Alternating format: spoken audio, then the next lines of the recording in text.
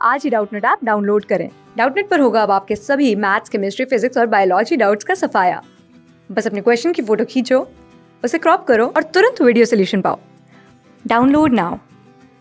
यहाँ पर हमें क्वेश्चन में दिए गए ऑप्शंस को देखकर बताना है कि इनमें से किस में एपिकल बड स्टेम टेंड्रिल्स फॉर्म करती है। तो यहाँ पर क्योंकि स्टेम टेंड्रिल्स की बात हो रही है, इसीलिए किसी भी प्लांट की बॉडी में हम पहले स्टेम की सिग्निफिकेंस को समझ लेते हैं।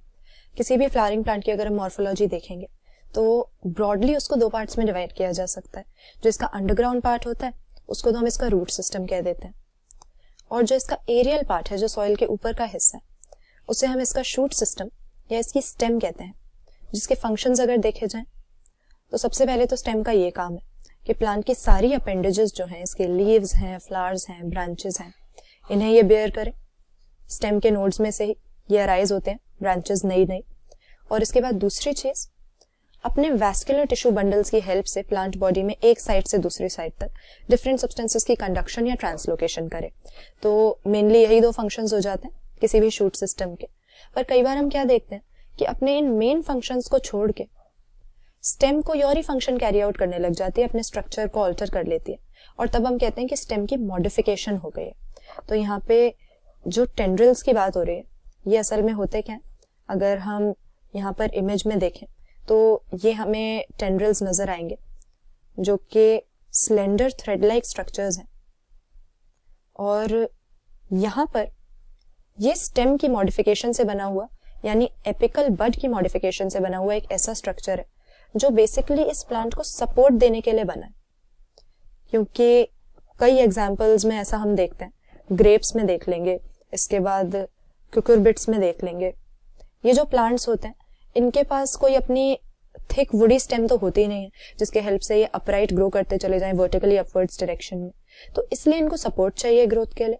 तो ये टेंड्रिल का यही काम होता है कि जहां पर भी इसे सपोर्ट मिला, ये क्योंकि थ्रेड लाइक होता है तो उस सपोर्ट के अराउंड ये कॉइल हो जाता है और इससे प्लांट की ग्रोथ को डायरेक्शन मिलता है। तो स्टेम की मॉडिफिकेशन या स्टेम की एपिकल बड की मॉडिफिकेशन से बना हुआ, जैसा कि यहाँ पर हम देख सकते हैं, एक स्लेंडर थ्रेड लाइक स्ट्रक्चर है जो कि प्लांट को सपोर्ट देने का काम करता है। और इस तरीके के स्टेम टेंड्रिल्स हमें ग्रेप वाइन्स में मिलते हैं। बाकी अगर ऑप्शन देखें, बलून वाइन, ये भी एक तरह का वीड है। और ज्यादातर ये देखा जाता है कि वाइन्स वगैरह जो होती हैं, क्लाइंबिंग क्रीपिंग टाइप के प्लांट्स हैं, उनके पास सपोर्ट के लिए कोई ना कोई मॉर्फोलॉजिकल स्ट्रक्चर तो होगा, लेकिन जरूरी नहीं है कि हर एक में ये जो टेंड्रिल्स हैं ये स्टेम की मॉडिफिकेशन से ही बने हो। क्योंकि जैसे हम एग्जांपल लें पीज का, तो पी प्लांट में इसके पास टेंड्रिल्स तो होते हैं सपोर्ट के लिए, लेकिन ये लीफ की मॉडिफिकेशन से बने हुए टेंड्रिल्स होते हैं। तो लीफ टेंड्रिल्स को यहाँ पर हम इंक्लूड नहीं कर रहे, हम तो स्टेम मॉडिफिकेशन की, एपिकल बड की मॉडिफिकेशन की यहाँ पर बात कर रहे थे। तो इसीलिए balloon wine, Passiflora passion flower जो होता है, और एंटीगोनॉन, एंटीगोनॉन भी एक तरह का क्रीपर ही है।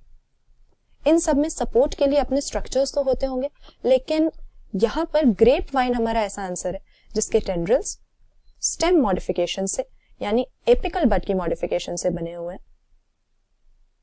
तो करेक्ट आंसर ऑप्शन बी हम मार्क कर देंगे।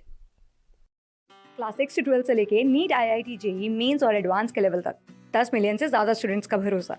आज ही डाउनलोड करें डाउटनेट ऐप या व्हाट्सएप कीजिए अपने डाउट्स 8400 400 400 पर।